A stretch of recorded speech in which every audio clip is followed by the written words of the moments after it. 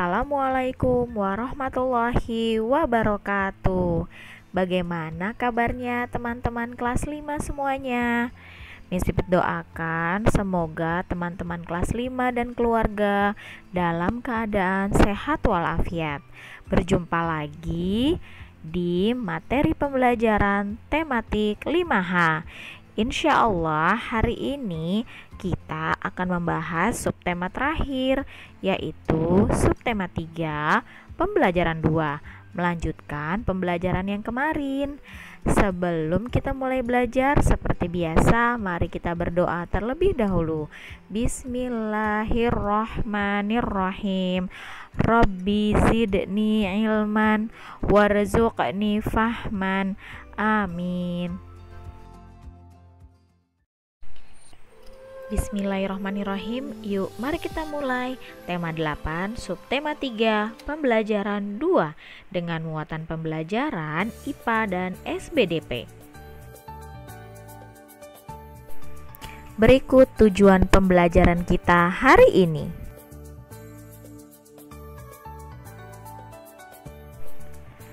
Berikut materi pembelajaran kita hari ini, yaitu tentang penjernih air sederhana dan gambar cerita.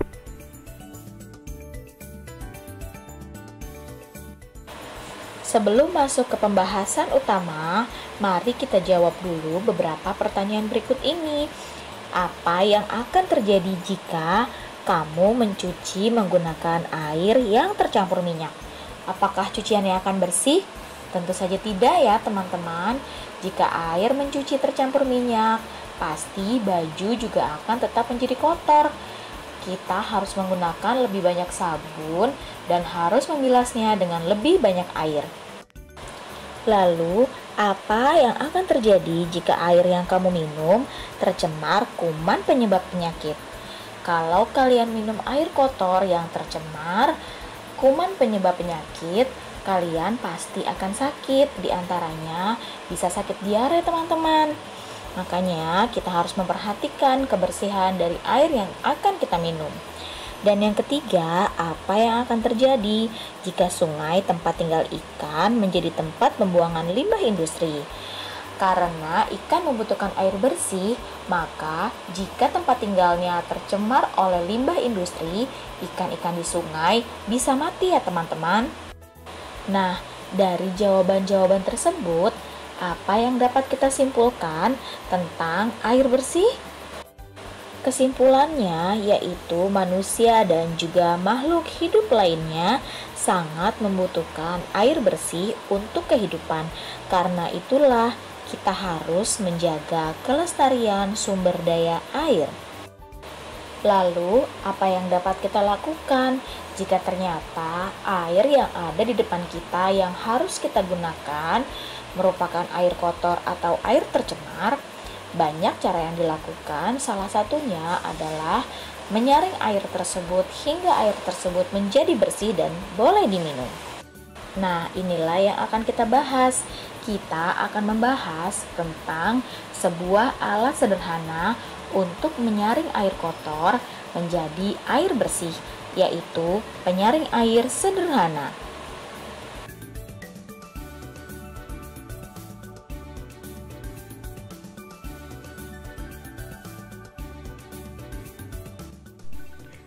Perubahan lingkungan menyebabkan berkurangnya persediaan air bersih. Ada banyak air yang tercemar sehingga tidak dapat digunakan secara langsung oleh masyarakat. Kalian telah belajar di pembelajaran sebelumnya bahwa secara fisik air bersih haruslah jernih, tidak berwarna, tawar, dan tidak berbau. Secara kimia, kualitas air yang baik adalah memiliki keasaman pH netral serta tidak mengandung bahan berbahaya dan beracun. Air yang bersih juga tidak mengandung bakteri penyebab penyakit atau patogen dan bakteri non-patogen. Ada banyak cara sederhana untuk mendapatkan air bersih. Cara yang biasa digunakan adalah dengan menggunakan penyaring air atau penjernih air sederhana. Pernahkah kamu melihatnya? Nah, lihatlah gambar di samping ini. Gambar di samping merupakan penjernih air sederhana yang dapat kalian buat sendiri di rumah.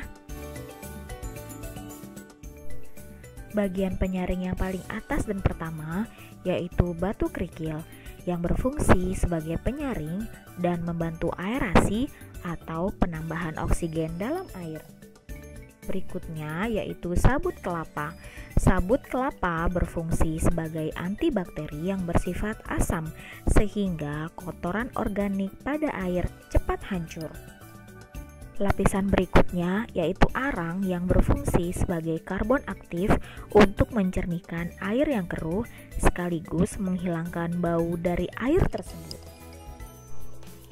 Lapisan selanjutnya yaitu ijuk untuk menyaring partikel dari lapisan sebelumnya dan meratakan air yang mengalir.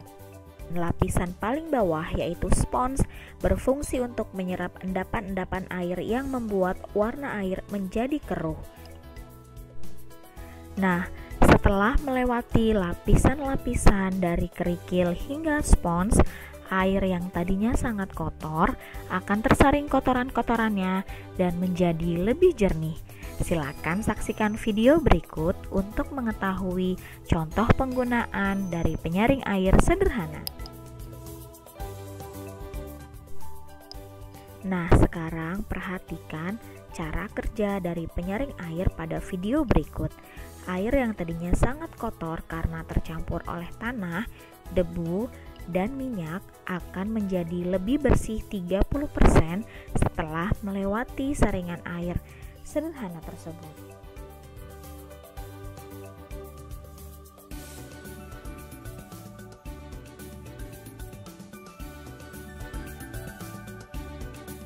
Bagaimana? Apakah kalian sudah dapat memahami bagaimana cara kerja dari penyaring air sederhana?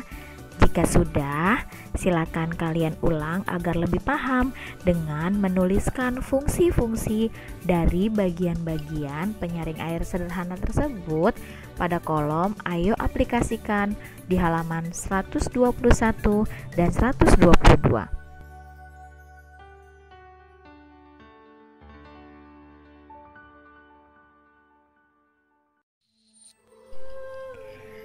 Nah, setelah kita melihat tentang bagaimana membuat air menjadi lebih bersih dan lebih jernih sehingga layak digunakan, mari kita simak cerita tentang pentingnya air bersih untuk kesehatan. Silakan buka halaman 126 dan 127. Di kedua halaman tersebut terdapat 4 gambar yang memiliki kaitan cerita satu sama lain tentang pentingnya air bersih untuk kesehatan. Nah, setelah kalian amati gambar-gambar tersebut, mari kita buat teks sederhana sehingga cerita bergambar tersebut lebih mudah untuk dipahami. Pada gambar pertama, Reza sedang bermain bersama dengan teman-temannya. Pada gambar kedua, Reza haus tapi tidak membawa air minum. Akhirnya, Reza meminum air langsung dari keran.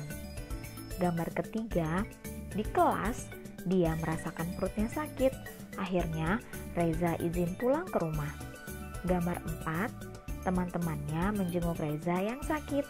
Ternyata Reza sakit perut karena minum air mentah dari keran. Keempat gambar cerita yang dirangkai dengan teks sederhana tersebut memberikan gambaran kepada kita betapa pentingnya air bersih untuk menjaga kesehatan. Itulah salah satu fungsi dari gambar cerita, yaitu dapat membuat cerita lebih mudah dijelaskan dan lebih mudah dimengerti oleh pembacanya.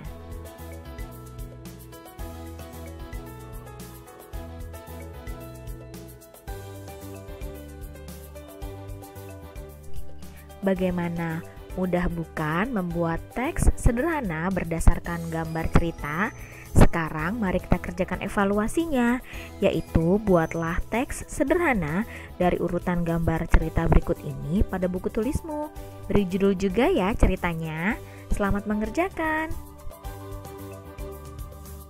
Alhamdulillahirabbil alamin, telah selesai pembelajaran tematik kita hari ini. Semoga kalian dapat memahami materi yang Miss Titit sampaikan. Mari kita tutup dengan membaca hamdalah, alhamdulillahirabbil alamin, dan doa penutup majelis. Subhanakallahumma wa bihamdik, asyhadu alla ilaha illa anta, astaghfiruka wa atubu ilaik. Jagalah selalu kesehatan kalian ya teman-teman, karena pandemi ini masih ada.